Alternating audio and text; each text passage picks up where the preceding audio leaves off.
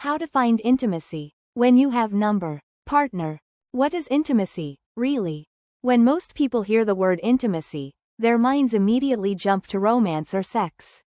But that's only one narrow expression of it. True intimacy can exist in any relationship, between friends, family members, colleagues, or even within oneself. At its core, intimacy is about closeness, trust, emotional safety, and feeling deeply known. It's about being seen for who you truly are, and still feeling accepted. The loneliness epidemic. Despite living in the most connected era in human history, loneliness is quietly becoming an epidemic. Studies show that nearly 1 in 3 adults feel lonely on a daily basis. And this isn't just emotionally painful, it's biologically harmful. Chronic loneliness elevates cortisol, the stress hormone, weakens the immune system, and distorts how we see ourselves. Over time, it can even mimic the effects of smoking or obesity in terms of health risk. If you've ever longed for closeness without necessarily wanting romance, you're not strange, you're human. What you're craving is intimacy in its purest form. And the good news is, it's something you can intentionally build. Let's explore 6 psychology-backed ways to deepen connection and create meaningful intimacy in your life. Redefine intimacy. Psychologist Robert Sternberg's triangular theory of love describes love as having 3 main components: intimacy, passion, and commitment. While passion fuels excitement and commitment anchors long-term bonds, intimacy is the emotional glue, the sense of closeness, understanding, and trust that keeps relationships alive. One of the greatest barriers to true connection is the cultural myth that intimacy only counts if it's romantic or sexual. In reality, intimacy takes many forms. Emotional intimacy, sharing feelings and being vulnerable. Intellectual intimacy, connecting through ideas, discussions, and shared curiosity. Creative intimacy, collaborating or expressing art together. Spiritual intimacy, connecting through shared beliefs, silence, or transcendence. When we broaden what intimacy means, we not only multiply opportunities for closeness, we also free ourselves from the pressure of finding the one. Research consistently shows that people who nurture deep non-romantic connections, friendships, mentors, community ties, experience greater life satisfaction, better physical health, and lower levels of depression and anxiety. So ask yourself, what does intimacy mean to me? Maybe it's feeling safe enough to cry in front of someone. Maybe it's laughing so hard with a friend that you forget to check your phone. Defining intimacy on your own terms allows you to recognize and grow it outside of romantic relationships. And don't forget, intimacy also starts within yourself. If no one else can pour love into you today, you can pour it into yourself. Practice micro-openness.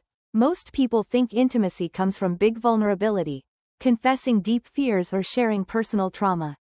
But research in self-disclosure psychology suggests that closeness often develops from gradual openness, small, everyday moments of honesty. For example, instead of saying, "Work was fine," try saying, "Work was stressful today. I'm worried I'm not keeping up." This small shift takes a conversation from surface level to emotionally real, and it signals authenticity. When we share something slightly vulnerable, we create psychological safety for the other person to do the same. This reciprocal openness builds trust, one small moment at a time. Ritualize connection. Intimacy doesn't only bloom in spontaneous heart-to-heart conversations. It often thrives in rituals, repeated, reliable actions that signal, "You matter to me." Psychologists have found that shared rituals, like weekly phone calls, Sunday dinners, or morning coffee routines, increase feelings of belonging and reduce relational anxiety. They create predictability, which the brain interprets as safety. So, choose one relationship where you'd like to feel closer. Then design a ritual around it. Text a friend every Friday morning to check in. Have a monthly dinner with your sibling. Create a shared playlist that you both add songs to. These small patterns of consistency become emotional anchors that make relationships feel stable and alive.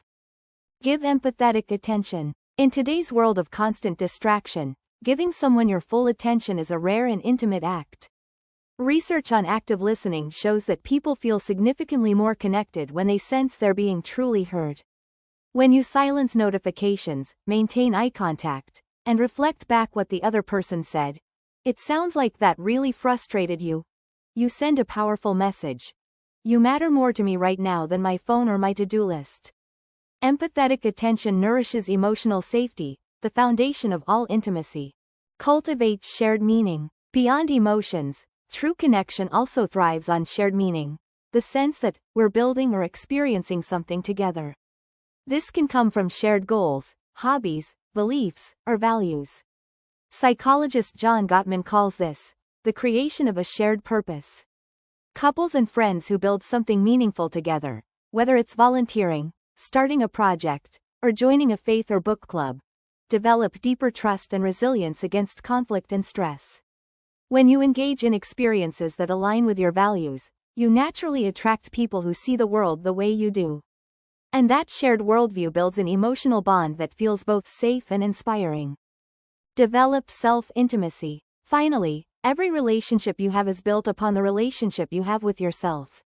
If you ignore your own needs or dismiss your emotions, it becomes harder to let others in. Because intimacy requires self-awareness first.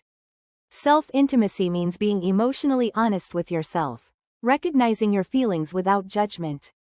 It can start with simple daily practices. Journaling for 5 minutes about how you feel. Taking a mindful walk and observing your emotions. Asking yourself, what am I really feeling right now? When you become intimate with your own inner world, you become capable of showing up authentically in your outer ones. Final reflection. We grow up believing intimacy belongs only to romance. But in truth, intimacy is everywhere, in friendships, family bonds, creative collaborations, and the quiet ways we show love to ourselves. In a world that often rewards independence and performance, intimacy asks us to pause, soften, and be real. Because being known is not just about being seen, it's about being understood and accepted. So, where in your life, outside of romance, have you felt the deepest sense of intimacy? Maybe it's in a friendship that makes you feel seen, or a mentor who listens without judgment. Wherever it is, nurture it. Because these moments of connection are not small, they're what make life meaningful.